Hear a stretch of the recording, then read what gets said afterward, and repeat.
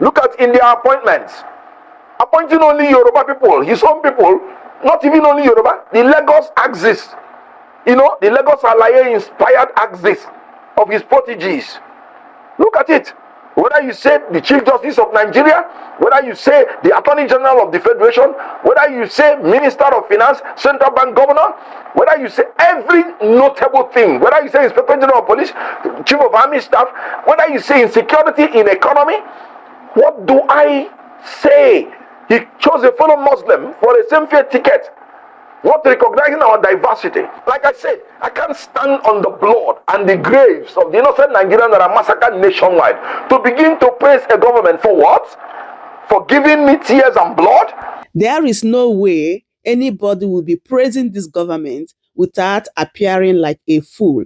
Kenneth Okonkwo. Welcome back, everyone. So in this particular video, Kenneth Okonkwo talks about Tinubu 2 years in office. Like sometimes, I wonder where we are heading to. And it is very, very sad when we see all these people coming out and start praising Tinubu, telling us about 2027, that Tinubu is going to do wonders, just to gaslight Nigerians. Tinubu couldn't even achieve anything within these 2 years. So it's when he continue after 2027, he's going to make Nigeria look like paradise, right? Look at the level of insecurity that is going on in Nigeria. Even when we talk about it, you see all these Tinubu supporters, telling us that all those things were there before Tinubu came in. Does it mean that when Tinubu was coming in, he has no plan of tackling all these problems in Nigeria? So what is the need of Tinubu being the president of Nigeria if he cannot solve the problems Nigerians are facing in Nigeria? And right now, you people are talking about 2027 for Tinubu to continue.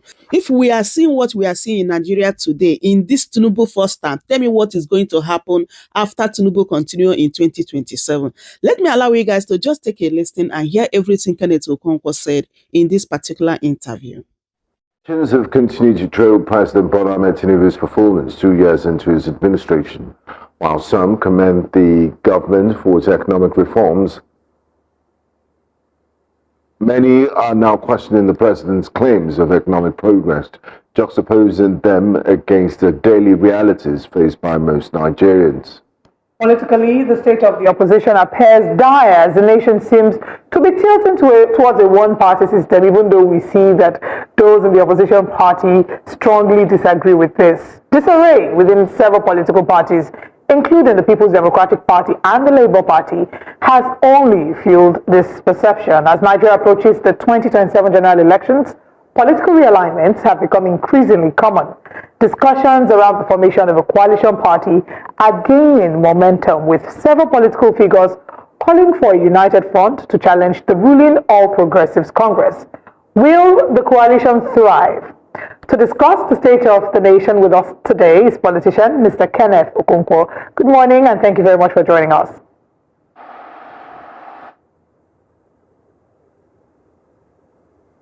Morning, viewers, for joining us. Good morning. Good morning. To kickstart the conversation, let's get your general thoughts and assessments about President BLȯ0D Tinubu's 2 years in office. How would you judge the time in office? Yesterday, we had a representative from the presidency who spoke to the fact that there are so many policies that he's put in place to ensure improved conditions. And he did, state that things are starting to look up in Nigeria, that in the next 2 years, we'll see a solidifying of all the positive policies that President BLȯ0D Tinubu has put in place.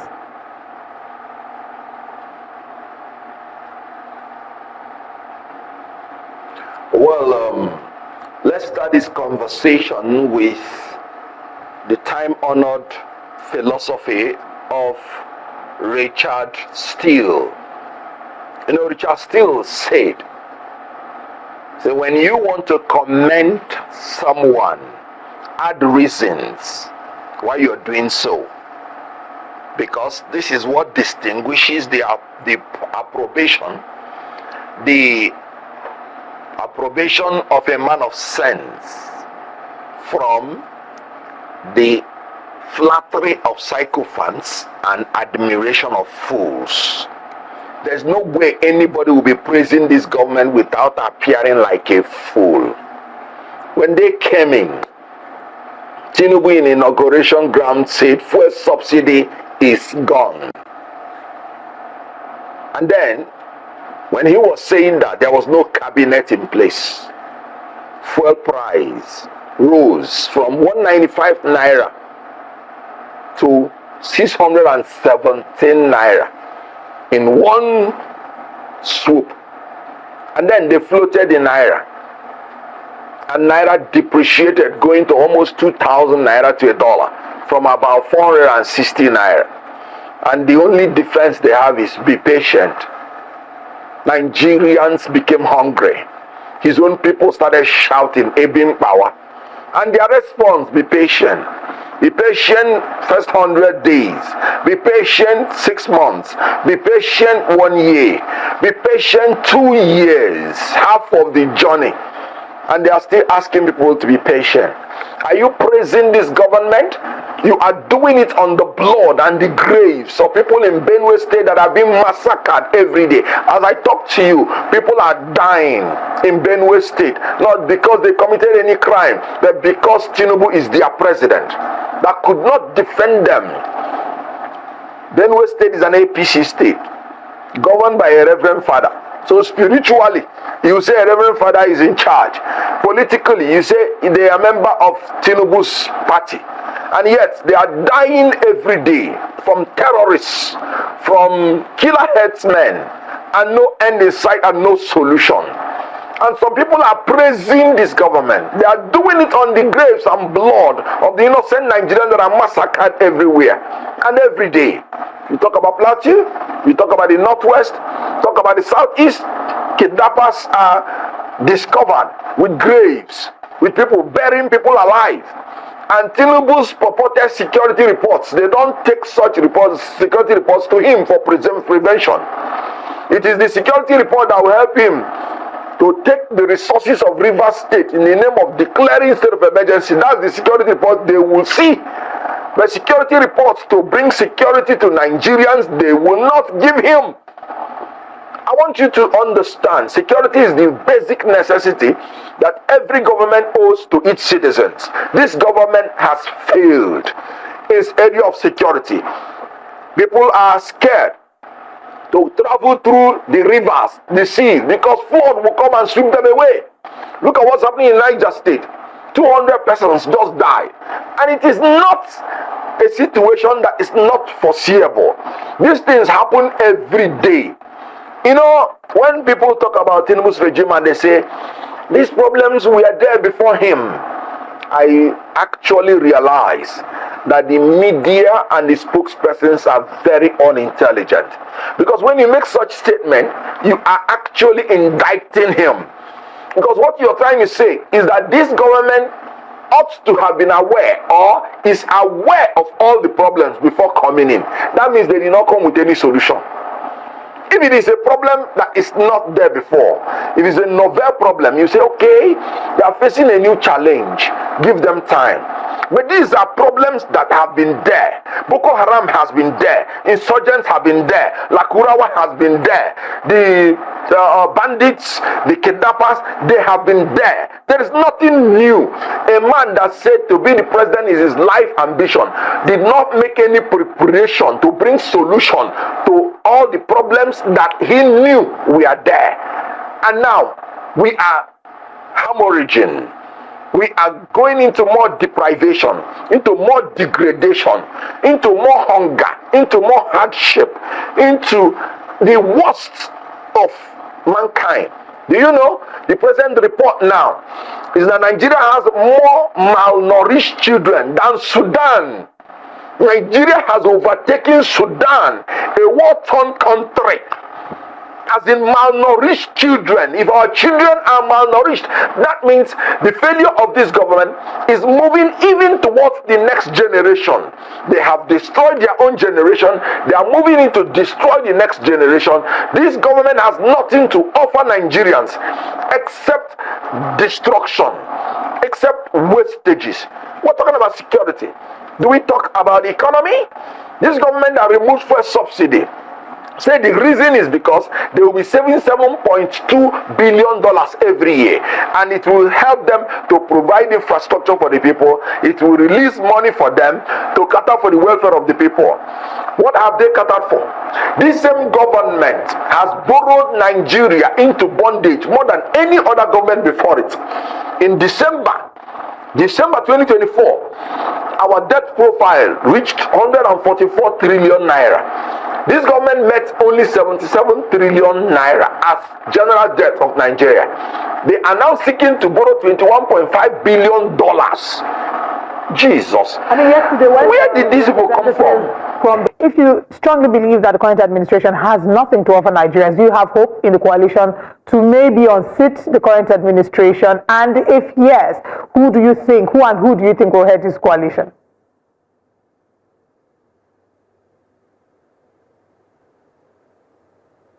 Well, coalition is simply an alliance for combined action. The issue of leadership does not arise now. So, yes, the noise is echoing. Go ahead. No. Mm-hmm.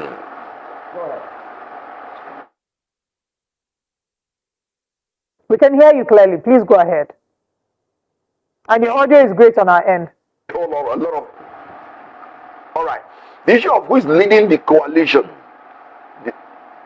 the issue of who is leading the coalition does not arise for now, because we are not trying to build a coalition for the next election. We're trying to build a coalition to build this nation to become a great nation on earth. So we are not interested in scrambling for leadership. We're looking at the next generation. Like I said, coalition is an alliance for combined action. So you have to agree on the alliance first. You have to agree on the basic necessities to return Nigeria to the path of greatness. Then the leadership will evolve. So I am not aware that there are people that you are saying they are leaders, but I am aware that is a collective responsibility. People coming together who are tired of the malaise that is going on in Nigeria, a coalition of the willing, who want to come together to build a better society. So it's not a scramble for leadership, it's not a scramble for power, it's not a scramble for resources, it is a scramble for the security and welfare of Nigerians. That's why we are not emphasizing leadership or who is the leader.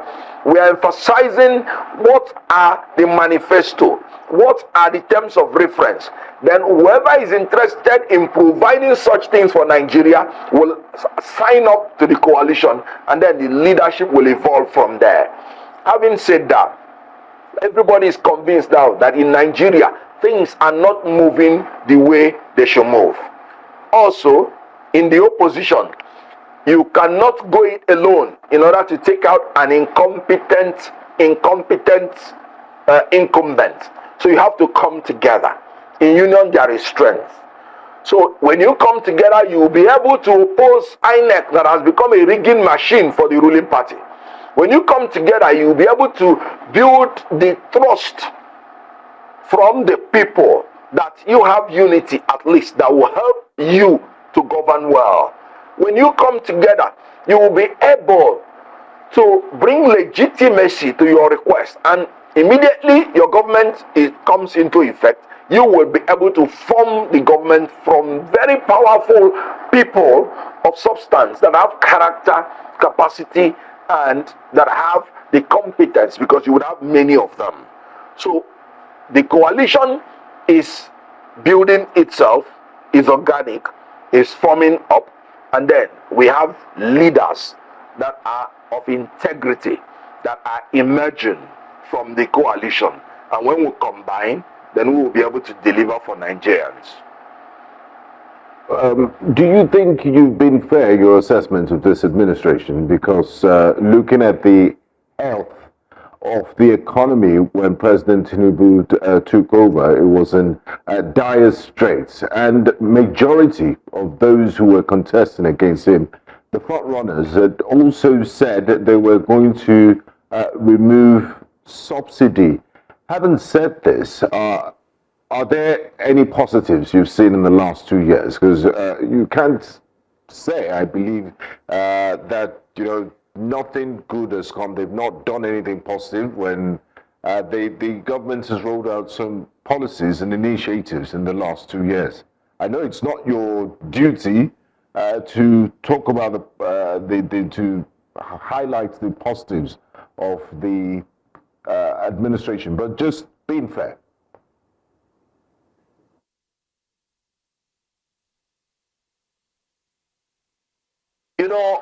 The budget 2025 is already padded to the tune of about 7 trillion naira.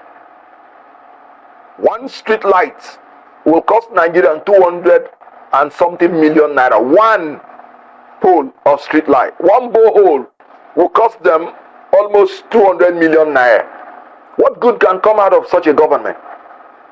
How many people have been held accountable for the security situation in Nigeria? What good can come from such a government? What is their defense? I can't sit down here, like I told you. If you start praising this government, there's no way you will not appear like a fool. I can't sit down here and make a fool of myself. Because you journalists, if I praise this government now, you give me a returning and a cross-examination. And I will not have anything to answer. When you are padding the budget with 7 trillion naira, you are borrowing money to students who want to go to school. Like I said, security and welfare. I wish, I'm not a member of any political party now. If there is any reason this government has given me to praise them, I would have praised them. Look at in their appointments. Appointing only Yoruba people, his own people, not even only Yoruba, the Lagos axis. The Lagos Alaye inspired axis of his proteges. Look at it. Whether you say the Chief Justice of Nigeria, whether you say the Attorney General of the Federation, whether you say Minister of Finance, Central Bank Governor, whether you say every notable thing, whether you say Inspector General of Police, Chief of Army Staff, whether you say insecurity in economy, what do I say? He chose a fellow Muslim for a same-faith ticket, not recognizing our diversity. Section 15, 3D of the Constitution. He said every association must cut across religious and ethnic barriers. This government, apart from religion and ethnicity, I don't know his basis of appointment. All his appointees performing in an F form, especially those ones that are from his place, and he's not doing anything about them. What will I praise? I wish I have anything to praise, and I will be here singing the praises. Remember, I was a member of that political party. So tell me yourself, give me by practical data, empirical facts, the things this government have achieved, and I will interrogate it. And I would say I concede that to you. But there is nothing to be praised. Like I said, I can't stand on the blood and the graves of the innocent Nigerians that are massacred nationwide to begin to praise a government for what? For giving me tears and blood? So that is the issue. For the first time in 2 years of any government, there is nothing to praise about. I said in Nigeria, you have more malnourished children than in Sudan, a war-torn country. So we are actually like people living in a war-torn country without wars. Look at in Northeast, our soldiers being massacred in something that you know existed before coming in. You are removing resources from there to take it to another place. Yet, you found it necessary to spend 150 billion naira for your presidential jet when you came in. So the issue here is I wish there is anything to praise. I have none, but you can help me, and I will concede to you. But by the empirical facts, this government has achieved nothing, in my own opinion, and the only thing they deserve is to be taken out. Well said, Kenneth Okonkwo. Like the only option this Tinubu government deserves is to be taken out. And Nigerians must do that come 2027 by making sure that they vote Tinubu out. Because we cannot continue like this. Look at what is happening all over Nigeria. Look at the insecurity, the hunger.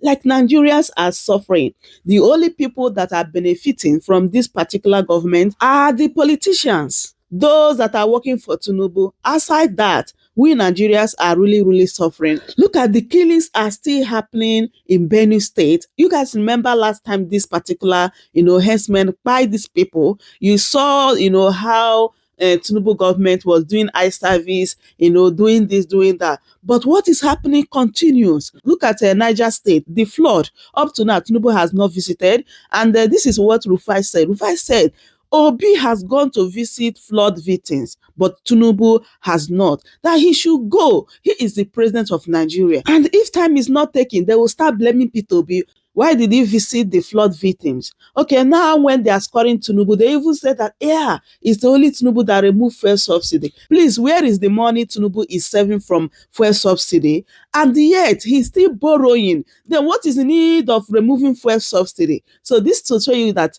this particular government is a scam.